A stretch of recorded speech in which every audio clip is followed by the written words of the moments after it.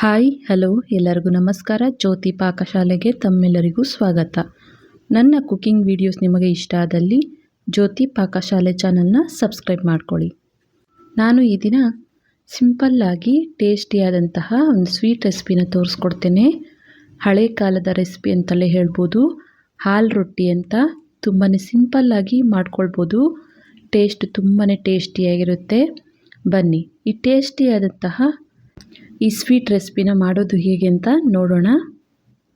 ಈ ಸ್ವೀಟ್ ಮಾಡಲಿಕ್ಕೆ ನಾವು ಮೊದಲಿಗೆ 1 ಕಪ್ ಆಗುವಷ್ಟು ನಾನಿಲ್ಲಿ ರೇಷನ್ ಅಕ್ಕಿನ ತಗೊಂಡಿದ್ದೇನೆ.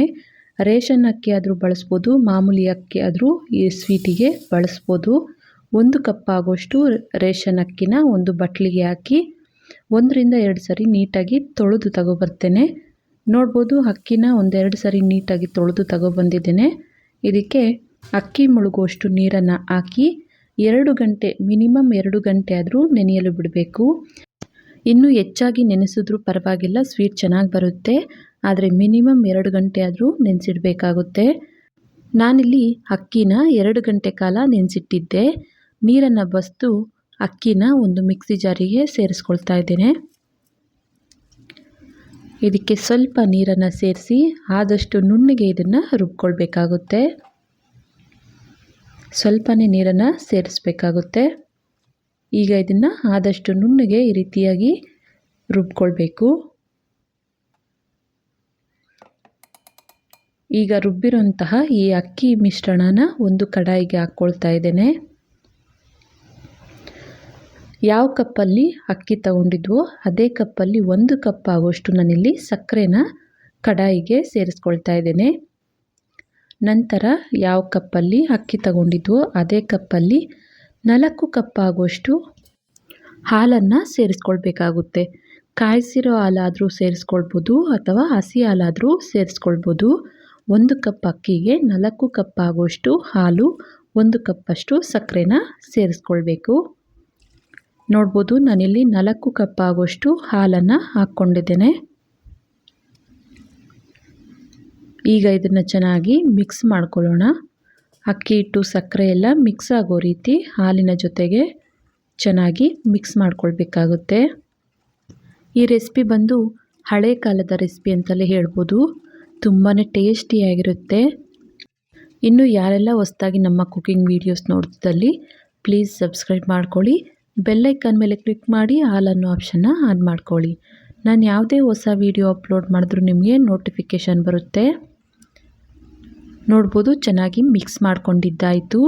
ಈಗ ಇದನ್ನು ಗ್ಯಾಸ್ ಮೇಲೆ ಇಟ್ಟು ಗ್ಯಾಸನ್ನು ಹಚ್ಕೊಳ್ತೇನೆ. ಗ್ಯಾಸನ್ನು ಲೋ ಫ್ಲೇಮಲ್ಲಿಟ್ಟು ಇದನ್ನು ಈ ರೀತಿಯಾಗಿ ಮಿಕ್ಸ್ ಮಾಡ್ಕೊಳ್ತಾನೆ ಬೇಯಿಸ್ಕೊಳ್ಬೇಕಾಗುತ್ತೆ, ಕುದಿಸ್ಕೊಳ್ಬೇಕಾಗುತ್ತೆ. ಇದನ್ನು ಕಲಿಸ್ದೆ ಬಿಟ್ವಿ ಅಂದರೆ ಗಂಟಾಗೋ ಚಾನ್ಸ್ ಇರುತ್ತೆ. ಹಾಗಾಗಿ ಈ ರೀತಿ ಕಲಿಸ್ತಾನೆ ಇದನ್ನು ಕುದಿಸ್ಕೊಳ್ಬೇಕು. ನೋಡ್ಬೋದು ನಾನಿಲ್ಲಿ 1-2 ರಿಂದ 3 ನಿಮಿಷ ಕುದಿಸ್ಕೊಳ್ಳೋ ಹೊತ್ತಿಗೆ ಈ ರೀತಿ ಗಟ್ಟಿ ಆಗ್ತಾ ಬಂದಿದೆ.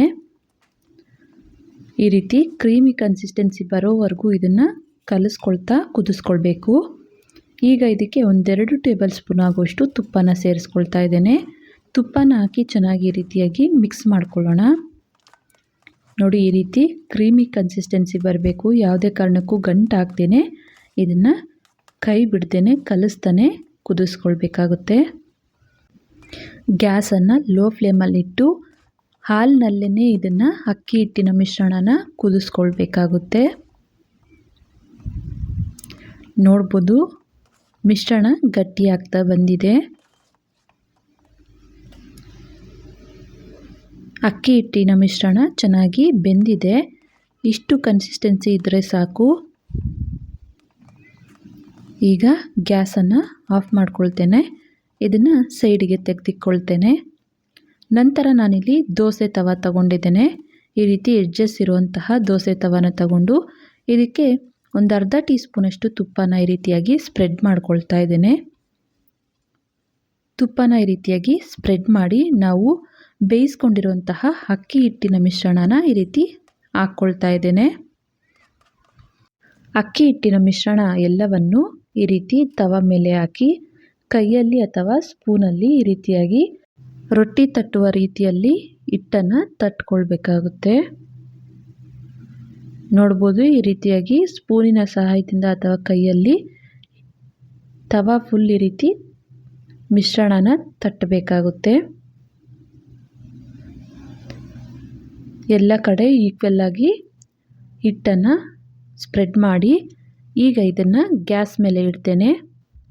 ಗ್ಯಾಸ್ ಮೇಲೆ ಇಟ್ಟು ಗ್ಯಾಸನ್ನು ಹಚ್ತೇನೆ. ಗ್ಯಾಸನ್ನು ಲೋ ಫ್ಲೇಮಲ್ಲಿಟ್ಟು ಇದನ್ನು ಬೇಯಿಸ್ಕೊಳ್ಬೇಕಾಗುತ್ತೆ. ಇದಕ್ಕೆ ಲಿಡ್ ಅಥವಾ ಪ್ಲೇಟನ್ನು ಮುಚ್ಚಿ ಇದನ್ನು ಲೋ ಫ್ಲೇಮಲ್ಲೇ 5 ನಿಮಿಷ ಅಥವಾ 7 ನಿಮಿಷ ಬೇಯಿಸ್ಕೊಳ್ಬೇಕು ಅಷ್ಟೇ. ಜಾಸ್ತಿ ಬೇಯಿಸ್ಕೊಳ್ಳಿಕ್ಕೆ ಹೋಗಬಾರ್ದು. 5 ಅಥವಾ 7 ನಿಮಿಷ ಬೇಯಿಸ್ಕೊಂಡ್ರೆ ಸಾಕಾಗುತ್ತೆ. ನಾನಿಲ್ಲಿ ಒಂದು 7 ನಿಮಿಷ ಬೇಯಿಸ್ಕೊಂಡಿದ್ದೆ. ತೋರಿಸ್ತಾ ಇದ್ದೇನೆ. ಟರ್ನ್ ಮಾಡಿ ಸ್ವಲ್ಪ ತಣ್ಣಗಾದ ನಂತರ ಈ ರೀತಿ ಪ್ಲೇಟಲ್ಲಿ ಟರ್ನ್ ಮಾಡಿ ತಗೊಳ್ತಾ ಇದ್ದೇನೆ. ನೋಡ್ಬೋದು ಎಷ್ಟು ಚೆನ್ನಾಗಿ ಬಂದಿದೆ ಸ್ವೀಟ್ ರೆಸಿಪಿ ಅಂತ. ಹಾಲು ರೊಟ್ಟಿ ರೆಡಿ ಆಯಿತು. ಇದನ್ನು ನಿಮಗೆ ಯಾವ ಶೇಪ್ ಬೇಕೋ ಆ ಶೇಪಿಗೆ ಕಟ್ ಮಾಡ್ಕೊಳ್ಬೋದು. ನಾನಿಲ್ಲಿ ಕಟ್ ಮಾಡಿ ತೋರಿಸ್ತಾ ಇದ್ದೇನೆ. ತುಂಬಾ ಸಾಫ್ಟಾಗಿ, ಮೇಲೆ ಕ್ರಂಚಿಯಾಗಿ, ಒಳಗೆ ಸಾಫ್ಟಾಗಿ ತುಂಬಾ ಚೆನ್ನಾಗಿ ಬಂದಿದೆ ರೆಸಿಪಿ. ಟೇಸ್ಟು ಅಷ್ಟೇ ತುಂಬಾ ಟೇಸ್ಟಿಯಾಗಿದೆ. ನೋಡ್ಬೋದು ನಾನಿಲ್ಲಿ ಕಟ್ ಮಾಡಿದ್ದೇನೆ, ತೋರಿಸ್ತಾ ಇದ್ದೇನೆ. ನೋಡಲಿಕ್ಕೂ ಎಷ್ಟು ಚೆನ್ನಾಗಿದೆಯೋ, ತಿನ್ನಲಿಕ್ಕೂ ಅಷ್ಟೇ ಟೇಸ್ಟಿಯಾಗಿದೆ. ನೋಡಿದ್ರಲ್ಲ, ಒಂದೊಳ್ಳೆ ಸ್ವೀಟ್ ರೆಸಿಪಿ ಮಾಡುವ ವಿಧಾನ ತುಂಬಾ ಟೇಸ್ಟಿಯಾಗಿರುತ್ತೆ. ತಪ್ಪದೇ ಒಮ್ಮೆ ಟ್ರೈ ಮಾಡಿ ನೋಡಿ. ಈ ರೆಸಿಪಿ ನಿಮಗೆ ಇಷ್ಟ ಆಗಿದೆ ಅಂದ್ಕೊಳ್ತೇನೆ. ಇಷ್ಟ ಆದಲ್ಲಿ ಈ ವಿಡಿಯೋಗೊಂದು ಲೈಕ್ ಮಾಡಿ. ಯಾರೆಲ್ಲ ಸಬ್ಸ್ಕ್ರೈಬ್ ಮಾಡ್ಕೊಳ್ತೇವೆ ವಿಡಿಯೋ ನೋಡ್ತಿದ್ದಲ್ಲಿ ಪ್ಲೀಸ್ ಸಬ್ಸ್ಕ್ರೈಬ್ ಮಾಡ್ಕೊಳ್ಳಿ. ಈ ವಿಡಿಯೋ ಹೇಗನ್ನಿಸ್ತು ಅಂತ ಕಮೆಂಟ್ ಮಾಡಿ. ಹಾಗೆ ಈ ವಿಡಿಯೋ ಇಷ್ಟ ಆದಲ್ಲಿ ನಿಮ್ಮ ಫ್ರೆಂಡ್ಸ್ ಆ್ಯಂಡ್ ಫ್ಯಾಮಿಲಿ ಮೆಂಬರ್ಸ್ಗೆ ಈ ವಿಡಿಯೋನ ಶೇರ್ ಮಾಡಿ. ಧನ್ಯವಾದಗಳು.